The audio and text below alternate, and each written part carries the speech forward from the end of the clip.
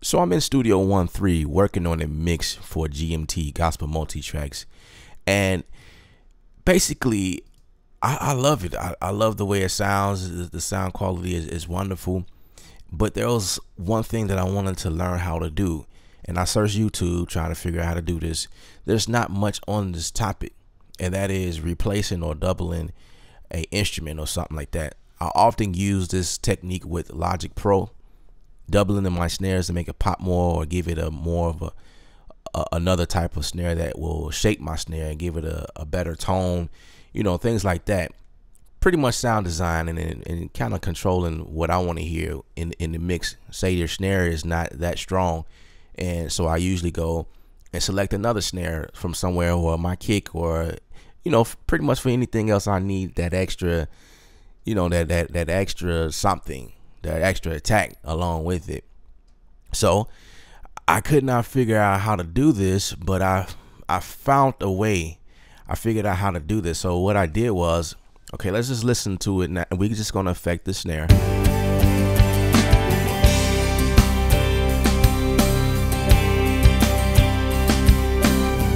Okay, so this is what I know.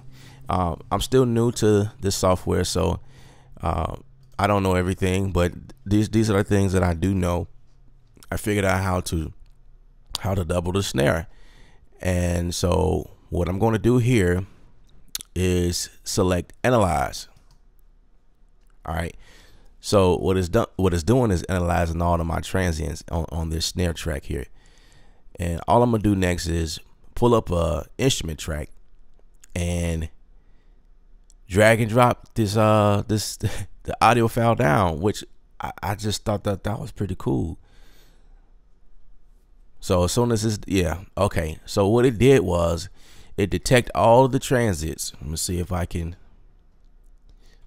get this a little larger. Okay, zoom in a little bit. All right, as you can see, those blue lines are like your editing markers, and up here you can just move back and forth the threshold, the how sensitive you want it to be. In this case, we're gonna bring it up to, okay, 46% is good, and then I'm just gonna scroll down and make sure that it picked up all of my transients. So all of the main, the hits, which is the snare. There's a lot of stuff going on in between. That's not what I want anyway, because that's just the drum kit around that mic. So I have the blue line here, and so it's picking up my transients, that's what I want. So that's cool. So what I'm going to do next is I'm not going to hit apply, but usually when you hit apply, it will you're going into the quantization mode. Let's see. So I hit apply, and it actually locked everything to the quantization grid here. I have the strength at 100, but that's not what I want to do. I don't want to quantize anything, but that's good to know that you can do that. And up here, you just make sure you're selected on the drums, and I think that's what you're supposed to be on, because by default it was at audio bin. So now drums should be selected, and basically what I'm gonna do here is bring up a new instrument track here. All right, and I'm just gonna copy and paste, bring that down, bring it straight down. And what it did was it took those transients up here and brought that information down as MIDI. Let's see if we can see that. All right, so down here, as you can see, we have the MIDI information from that audio track above us, right? But we're not done there. We have to select a sound. I'm going to go for a something from Kontakt. Okay, so I found my Kontakt, and all I did was search for it, and I'm just going to drag it on over, drag and drop. I've loved that about Studio One. how I can just drag over, search for anything and drag over. And this is what I mean by just super fast.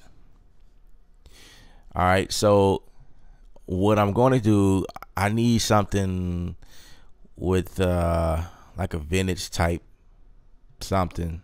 So we're going to go and just grab this kit right here. All right, so while that's loading, okay, so now that I have all of my everything loaded up, it took a little bit for everything to come to play, but basically what you do is make sure you're selected on the track, and I'll just highlight everything, select all of them. We're gonna kind of turn this up a little bit because I can't hear that. And we're gonna try not to do that. Okay, let's highlight everything again.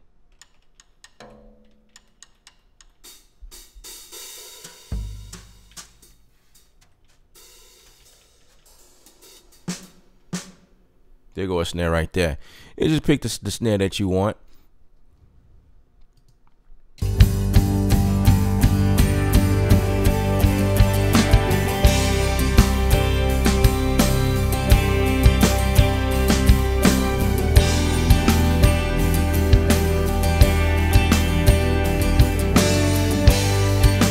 You hear that? The snare actually brought in a more fuller sound, but because this is another thing I like about what happened, the transients, as you can see, was definitely detected. This is the volume that we're looking at, up and down, which is pretty cool. It gives more of a human feel, which that's something that's really dope to me. That's very important. I don't want it to be mechanical throughout, but I do know that in some parts of the snare, the lower volume tend to hit it really soft. So what I'm going to do is just take one of these transients and just kind of bring it up more, so not all the way to the top, because again, I don't want the mechanical sound, but just a little higher so that when the snare hits, it's a little bit stronger. So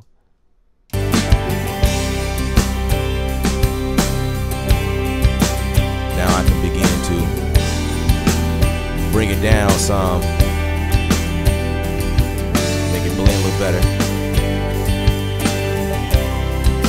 Let's mute it.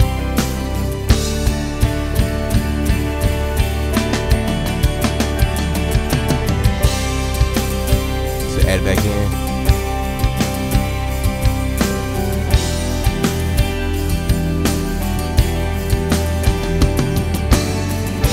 All right, and you could just take this track and render it down to audio file and do whatever you need to it, and that's how you double or replace a drum sound. I can actually take out this audio if I just didn't like that snare and use this one instead, and most likely what I'm going to do is render it down to audio.